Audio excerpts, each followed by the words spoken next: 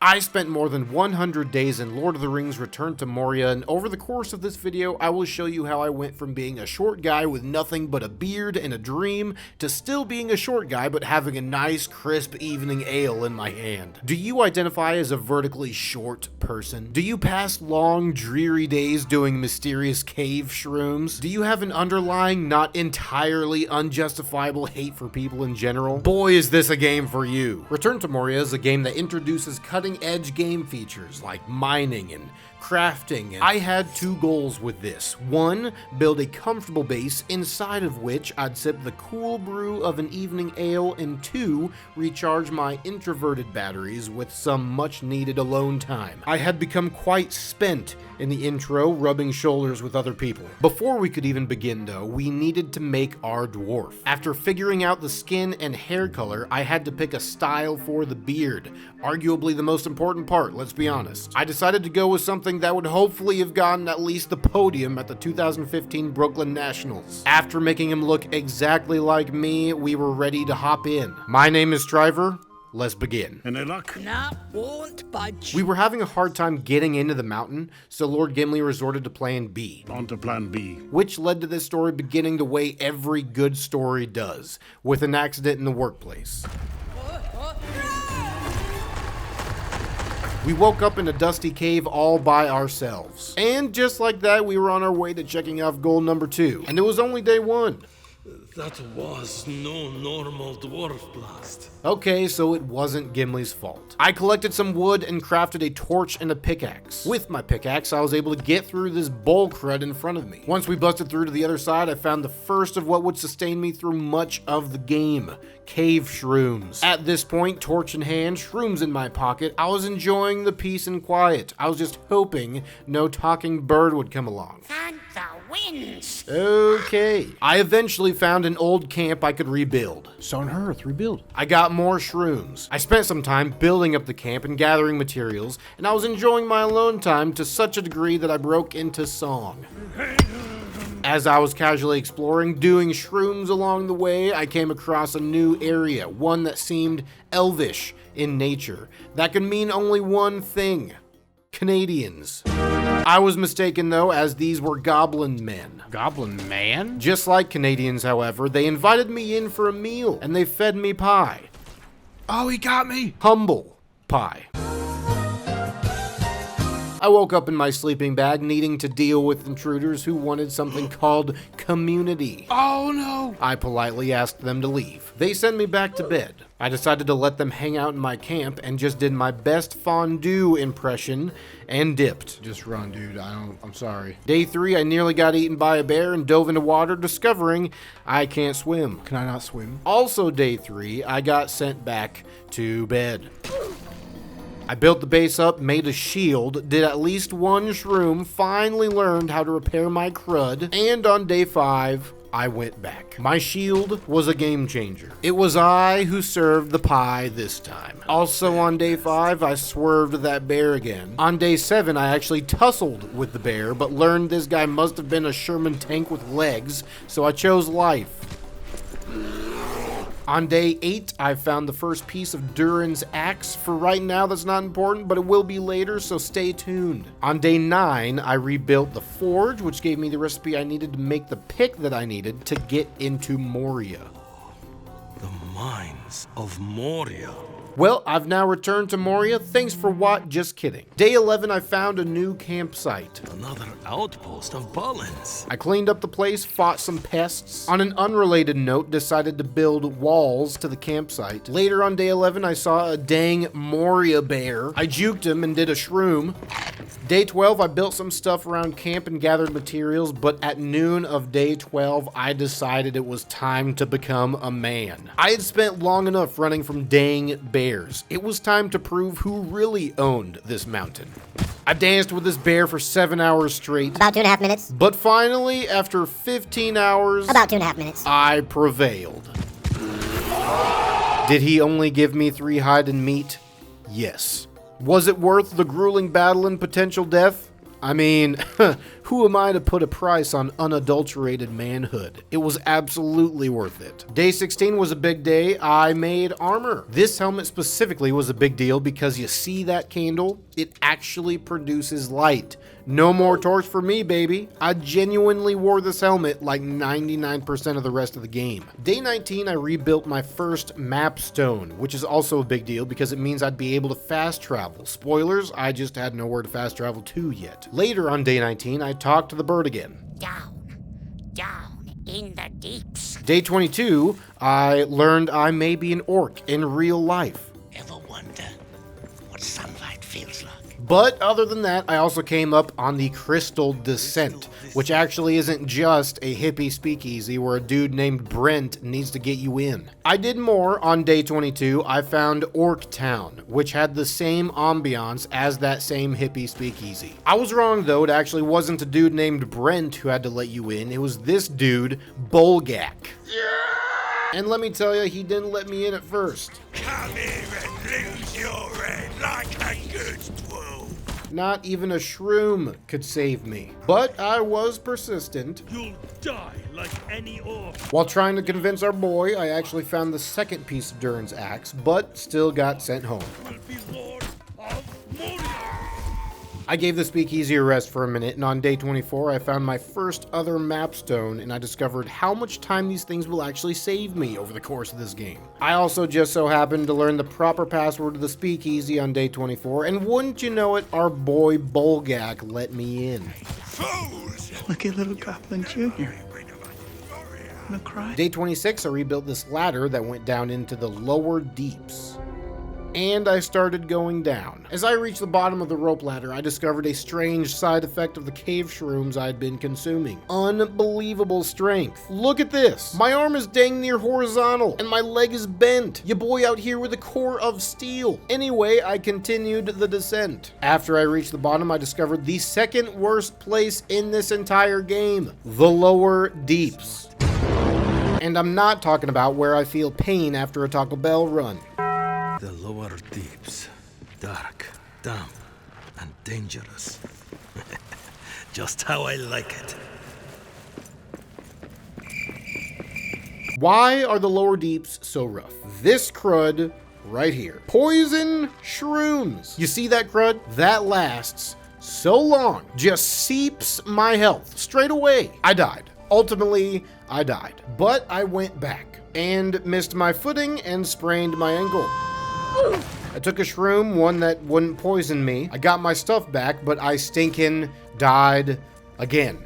I found a map stone at the bottom of the hole, which would save me so much time in the long run. It was day 29 when I finally built a dang oven. I accidentally put it backwards, I know, I fix it later. Why was this important? Up to this point, I had no way of healing myself in the field. Shrooms didn't cut it as they only replenished a bar of stamina. But now, I could make Slim Jims, and these suckers refilled my actual health. Once again, a game changer. Anyway, day 32 found me looking around this place that I thought was called the Darkest Deeps, until I learned what the actual Darkest Deeps were. Heck no. I went in. As I climbed, the bottom finally appeared, but I decided that was a challenge for another day. On day 33, I was juking around some friendly folks when I saw something I did not want to mess with. Of course there are trolls. Turns out the day for the Darkest Deeps was today. I made it to the bottom. I was met by some cave spiders, but they weren't that much of a problem. See, I had originally thought about making my evening ale sipping base down here, as it's nice and secluded, nestled in the belly of the mountain, but I quickly dismissed that idea when I learned that after a short time down here, you always lose health. There is no escaping it. You just despair of life itself until you no longer have life to despair of. And what's more, while the cave spiders weren't that big of an issue, the other homie in the cave absolutely was an issue. This guy bodied me handedly. I came back though, got some gems, #gem_life, then got the heck out of there, only to die of blood poisoning 3 seconds later. This is not okay.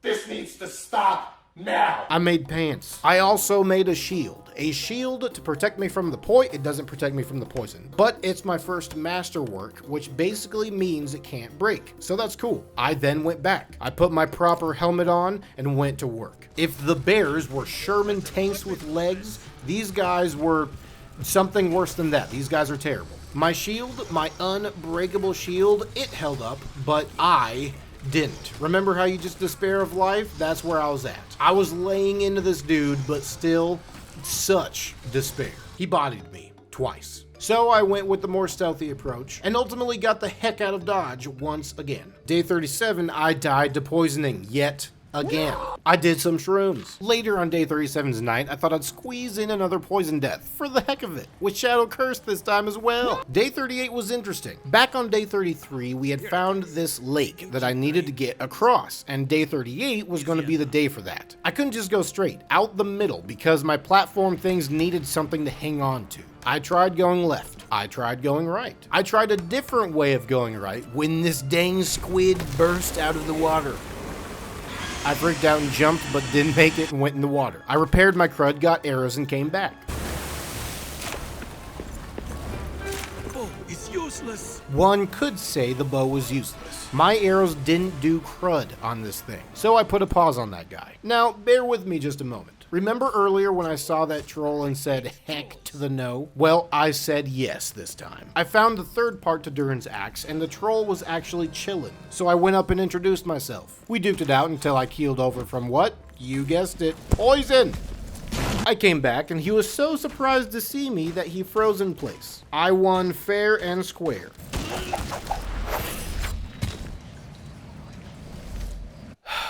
So I needed to make this first stage crossbow for the squid, right? I made first stage bolts to go with it. I went back and the story went differently this time. Boom. However, after I got the squid, the dang orcs got me. Oh my gosh. Oh my gosh. Day 49, I died because a moth dive bombed me. And then it happened again. And then poison showed up again. Day 50, I found this massive pillar and sang about it. I burned through some more shrooms, found another forge, died again, but then, day 55. I was about to die, so I went home, got in bed, then I straight up died in my sleep. I could only see through a little straw until I hit E to wake up again. Died in my sleep. Day 57, I talked to Eric. You are safe. You know, maybe he's not so bad. Day 59, I rebuilt the eastern stairs. I climbed the stairs, but at the top I found this lizard chicken waiting for me. Oh, what is that? Oh my goodness. He's not getting me. But it turns out these guys can't look down, so winner, winner, chicken dinner on my end. It's a drake? Wait, this is a drake? Turns out it was a drake.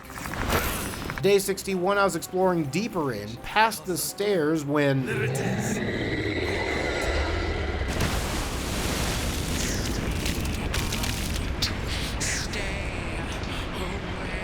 Right, this was the bridge where Gandalf fell. I had to rebuild it, but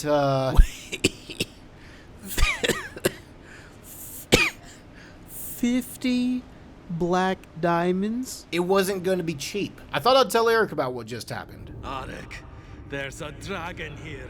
By day 64, the shrooms were starting to affect my senses. Troll, did he see us? Yep. Yes, he did. I thought I had a fairly decent idea of how I could get rid of orcs easily. I had bridged across the gap, and I thought I could easily remove one of the planks, and boom. Well... Day 67, I found the fourth piece of Durin's axe. Only one more to go. On day 68, a thing happened. We got a problem. Am I just gonna get cooked by this guy? Girl? Whatever.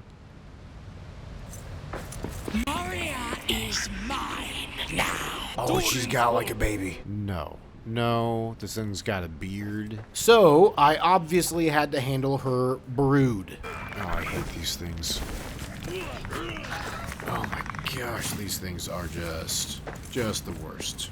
Just the worst. It just wasn't like a good time, you know? I did a shroom. I was thinking about making my final base here in this place, but every single time I traveled into this place, I'd say this line. The Nazgul's mounts were bred by Sauron from a Shazan? This dragon? And I mean every single time. The Nazgul's mounts were bred by Sauron from a Shazan? From a Shazan? From a Shazan? From a Shazan dragon? So I decided against this place. At the very end of day 76, I found the fifth and final piece of Durin's axe. Day 77, I'll just kind of let you guys watch this bit. What's moving these chains?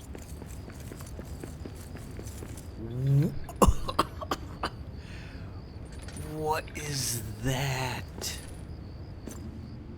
No. Oh no, no, I'm not, no. Needless to say, it wasn't time just yet. On day 78 though, I was ready to throw some hands. I have the high ground! Troll!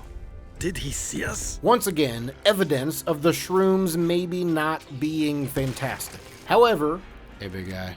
Oh, cheese, anybody? Oh, absolutely. Dude. My family has a motto. One can never have too much cheese. I finished him off with some solid swings.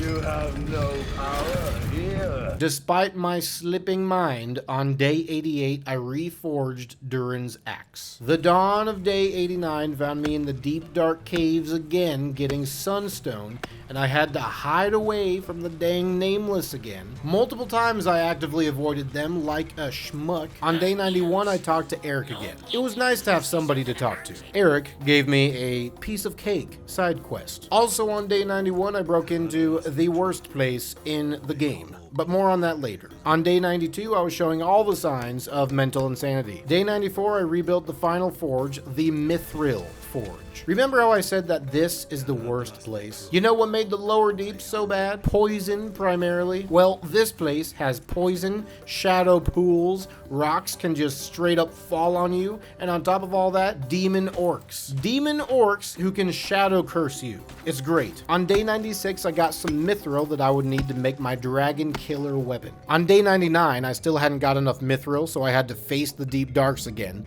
but as I was descending, after recovering, I figured I'd try and handle the nameless again. New weapons, new me. Know what I mean? Same result. I came back and cautiously got more mithril, then dipped. On day 100, I made my dragon killer weapon. We passed 100 days and made our last suit of armor on day 101. Day 102, smoking mithril spear in hand, it was finally time. Time to face the nameless one final time. If any weapon could handle this guy, it'd be this spear. We get to work. And finally, we ground his beef. I got him. I got him. Day 104, it was time to kill us a dragon. We made our way up the stairs and we engage. We work our way through the stages. We cornered the dragon at the end of this hallway, and at long last, we killed the dang cause of all this purple crud throughout Khazad-dûm. Absorb its soul. Now, with the dragon gone, we could finally focus on our last goal. Sipping a nice evening ale in a base. But we had to decide where to build it. The darkest deeps were definitely out of the question, and so was that place. What about Moria? That place had been home for so long. We'd been back there countless times. That's it. That's the place. I'd build our base in Moria. It was time to return to Moria. I went back and got to work on the remodel. I cleared things out, I put tile down, I put walls up, I gave myself a nice door, I put in the biggest hearth possible, I put lights up, I made a space for storage for materials, I gave myself a bedroom with fancy walls and a fancy door, I made myself a modest brewing tank next to my bed, I climbed to the top and started the brew. I spread out the riches that I had gathered over the course of my adventures, I poured myself a tall evening ale and ran out into my main hall. But as I looked out, there was nobody there to enjoy this achievement with me. It was just me, and a lonely rat in this hall full of materials and weapons and armor and gold. Maybe I did need friends. Even Arik had become something of a friend. Maybe I did need a company of dwarves to share evening ales with. I threw down my goblet. I ran through the halls, finishing the last of my shrooms, vowing to never pick another. I fixed the bridge of Khazad-dûm and passed. And remember Durin's axe? The one we had to find all the pieces to? Using Durin's axe, we cleared away the cursed rock that was blocking the door. And finally, as I pushed open the Dimril gate,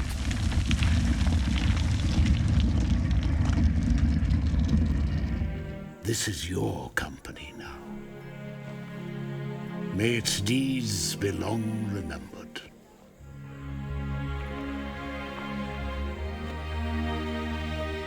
Farewell. And may the luck of the dwarves be ever with you. thank you guys so much for watching. If you have a prayer request, please post in the comments below. I'd love to know how I can be praying for you guys. Love God, love people, and I'll see you guys soon.